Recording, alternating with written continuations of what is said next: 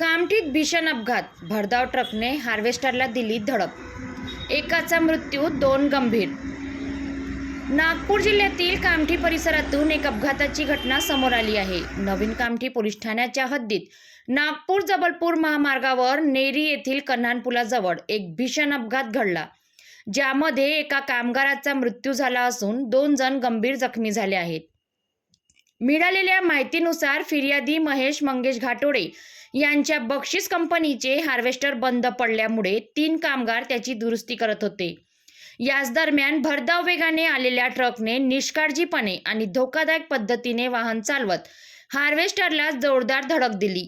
या भीषण धडकेत हार्वेस्टर दुरुस्ती करत असलेले 3ही कामगार ट्रकमध्ये अडकले. या अपघातात जस्सा चरण सिंग, कुलदीप सिंग बोहर सिंग आणि गुरबेज सिंग हे गंभीर जखमी झाले असून त्यांना तातडीने उपचारासाठी उपजिल्हा रुग्णालय कामठी येथे नेण्यात आले.